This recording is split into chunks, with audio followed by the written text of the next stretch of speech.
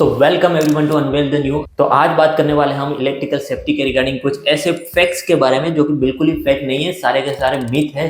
और हमें भी इन सभी पॉइंट्स के बारे में ध्यान रखना है। अगर कहीं पे भी हम कोई भी इलेक्ट्रिकल डिवाइसेस को टच करें या वायर्स को टच करें तो इन सभी पॉइंट्स के बारे में पहले ध्यान रखना है। और ये सभी पॉइंट्स ऐसे हैं जिसके बारे में हमने बहुत सारी जगह पे सुना होगा और हमको ये लगता है कि ये तो इलेक्ट्रिकल सेफ्टी है, पर ऐसा बिल्कुल ही नहीं है। ये सभी पॉइंट्स मिथ्स है, इसको हम डिस्कस करेंगे आज के इस वीडियो में। एंड जो लास्ट वाला पॉइंट है वो बहुत ही इंटरेस्टिंग पॉइंट है, तो बने रहिएगा लास्ट तक, कोई भी पॉइंट स्किप मत करिएगा। तो आइए देखते हैं इस सभी पॉइंट्स को वन बाय वन इस वीडियो में। तो सबसे पहला मिथ यहाँ पे ये आता है कि अगर हाई वोल्टेज है तो वहाँ पे शॉक जो है वो सीवियर लगेगा, लो वोल्टेज पे शॉक जो है वो कम लगेगा।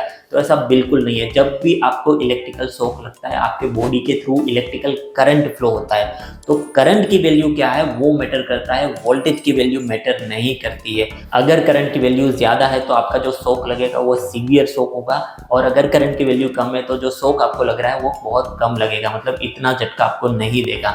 और जो करंट की वैल्यू होती है वो वोल्टेज पे डिपेंड नहीं होती है, करंट की वैल्यू जो है वो रेजिस्टेंस के ऊपर डिपेंड होती है। तो रेजिस्टेंस की वैल्यू अगर कम है तो आपका करंट ज्यादा होगा, रेजिस्टेंस की वैल्यू अगर ज्यादा है तो करंट आपका कम होगा। तो हाई वोल्टेज हो या लो वोल्टेज हो, that is not the concerning fact. The concerning fact over here is कि करंट की वैल्यू क्या है।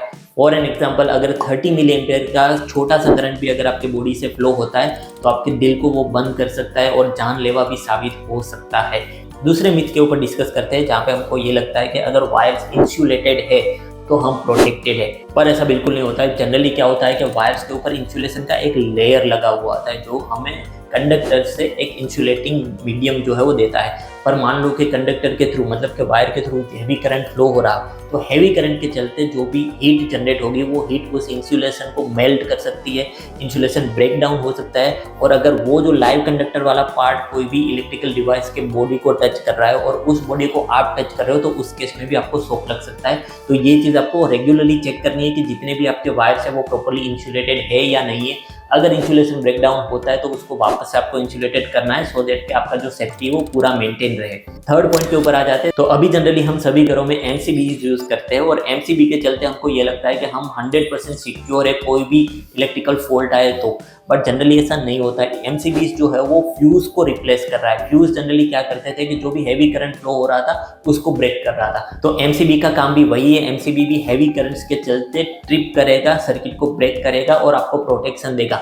पर अगर मान लो कि आपके घर पे कोई और फॉल्ट है, जैसे कि ग्राउंड फॉल्ट है, अर्थ फॉल्ट है, तो उस केस में एमसीबी प्रोटेक्शन नहीं देगा। उस केस में आपको ग्राउंड फॉल्ट सर्किट ब्रेकर यानी कि ईएलसीबी जो है वो लगाना पड़ेगा, तब जाके आपको एडेड सिक्योरिटी जो है वो मिलेगी। फोर्थ पॉइंट पे आ जाते हैं। Fourth myth is all about the three pin plug. Three pin plug में जो आपका सबसे पहला प्लग होता है वो जनरली अर्थ कनेक्शन के लिए होता है। और कोई भी डिवाइसेस हम अर्थ कनेक्शन के साथ यूज करते हैं तो हमें लगता है कि वो अर्थ से कनेक्टेड है तो उसको टच करने से हमें शॉक नहीं लगेगा, बट ऐसा नहीं है। अगर आपने डिवाइस को कनेक्ट कर दिया 3-पिन प्लग के साथ, पर आपका इंटरनली अर्थ कनेक्टेड नहीं है, इंटरनली जो आपका वायर वो अर्थ के साथ कनेक्टेड नहीं है, वहाँ पे अगर कनेक्शन ब्रेक हुआ है तो उस केस में भी अगर लीकेज करंट है तो वहाँ पे आपको शॉक लग सकता है। तो आपको ये ध्यान रखना है कि जितने भी प्लग से आपका जो अर्थ वायर जा रहा है वो प्रॉपर्ली ग्राउंडेड हो, प्रॉपर्ली अर्थ हो। ग्राउंडिंग, न्यूट्रल और अर्थिंग के बीच में क्या डिफरेंस है वो मैंने बहुत ही सिंपल लैंग्वेज में इस वीडियो में समझाया है, तो वो वीडियो को आप चेकआउट कर सकते हैं। और अब बात कर रहे थे last and very interesting myth about the electrical safety. हमने जनरली देखा है कि बर्ड्स जब भी कंडक्टर पे बैठते हैं तो उनको इलेक्ट्रिकल शॉक नहीं लगता है, और बहुत सारे लोगों से हमने ये सुना कि उनके पास सुपर पावर्स है, पर ऐसा बिल्कुल भी नहीं होता। वहाँ पे भी एक बेसिक इलेक्ट्रिकल साइंस है। इस साइंस में क्या होता है कि जनरली जो बर्ड्स बैठते हैं कंडक्टर के ऊपर तो वो सेम कंडक्टर के ऊपर बैठते हैं, और उनके दोनों पैरों के बीच का जो डिस्टेंस है वो बहुत ही कम होता है, और उन दोनों पॉइंट के बीच का जो पोटेंशियल डिफरेंस है वो ऑलमोस्ट सेम रहता है। सेम पोटेंशियल डिफरेंस पे करंट फ्लो नहीं होता है, और अगर करंट फ्लो ही नहीं होगा तो जैसा मैंने पहले पॉइंट पे डिस्कस किया था कि वहाँ पे इलेक्ट्रिकल शॉक नहीं लगेगा।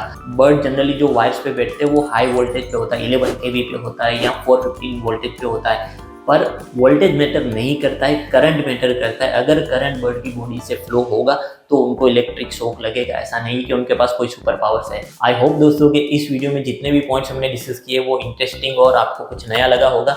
अगर आपको ये वीडियो पसंद आया then don't forget to hit the like button, share the video and don't forget to hit the subscribe button. I will meet you in the new video with new interesting stories about electrical engineering.